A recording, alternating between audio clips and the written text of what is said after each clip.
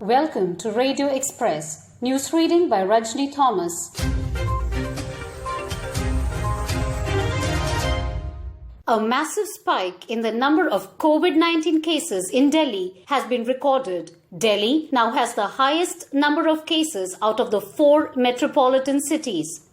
The ITBP took over the COVID care center at Radhaswamy Satsang Bias as nodal agency to take care of the operations of the facility. This will be the largest single COVID care center in Delhi and the country. Former Defence Minister and senior Congress leader A.K. Antony spoke about the latest conflict with China. He said that the aggression by China at Galwan Valley was never a point of dispute and was unexpected. It is a betrayal by China. Both armies have, over the years, identified more than a dozen disputed sites in Ladakh. Galwan Valley was not one of them. It was and is always part of the Indian territory. So, the present conflict over construction of roads and bridges in the areas comes as a surprise. The road construction had started in 2010 under the UPA government.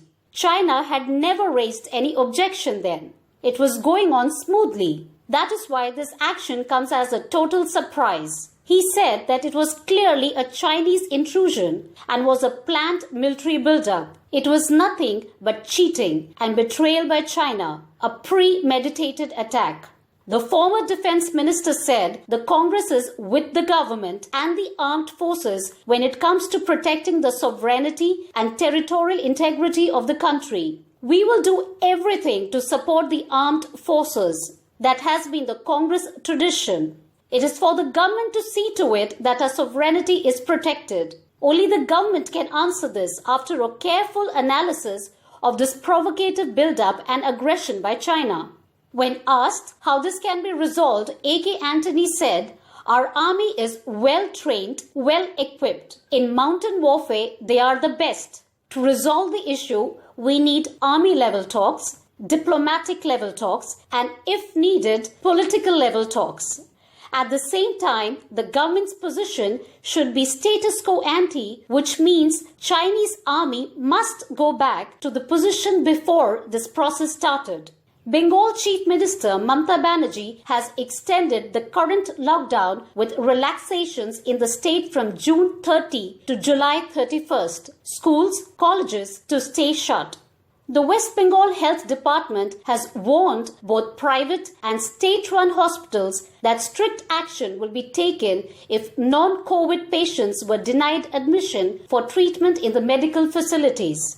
12 army personnel have tested positive for COVID-19 in Nagaland's Kohima district. The State Health Department and the Army have started contact tracing of persons who came in contact with the positive patients from their place of origin and back to camp.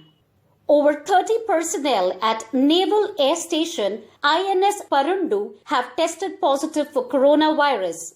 The INS Parandu is primarily used as a reconnaissance station to monitor the southeast Bay of Bengal. Chhattisgarh Chief Minister Bhupesh Baghel inaugurated the state's biggest solid waste processing plant in Raipur district, where 500 tons of garbage will be disposed daily through scientific technique. The waste will be utilized to manufacture fertilizers and fuel for cement factories.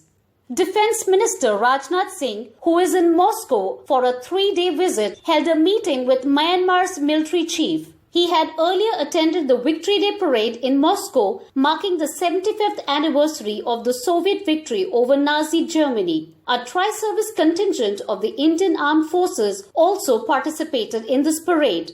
IIT Mumbai will go completely online next semester and won't call students for face-to-face lectures in view of the COVID-19 pandemic.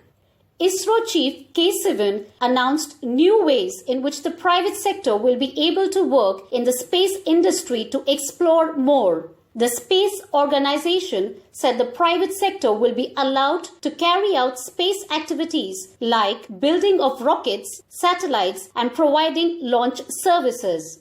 The Brihan Mumbai Municipal Corporation will now allow all those over the age of 70 to undergo testing for COVID-19 without prescription. Health Minister Dr. Harshvardhan launched the e-blood services app, an initiative by the Indian Red Cross Society. Those in need of blood can get registered on the app. Thank you for being with us.